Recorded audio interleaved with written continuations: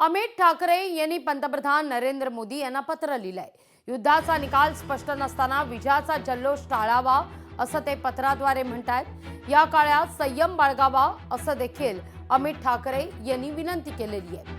अमित ठाकरे यांनी पंतप्रधान नरेंद्र मोदी यांना पत्र लिहित युद्धाचा निकाल अजून स्पष्ट नसताना विजयाचा जल्लोष टाळावा आणि देशाकरता शहीद झालेल्या वीरांना खरी श्रद्धांजली म्हणून या काळात संयम बाळगावा अशी विनंती देखील पत्राद्वारे केली आहे।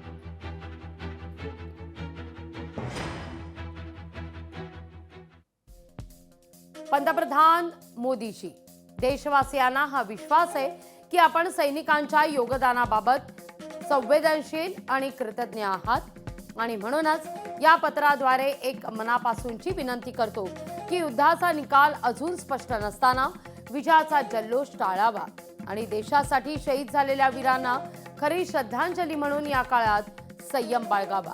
आपल्या निर्णयक्षम नेतृत्वावर आमचा विश्वास आहे आणि आपल्याकडून या भावनांची योग्य दखल घेतली जाईल हीच अपेक्षा अमित ठाकरे।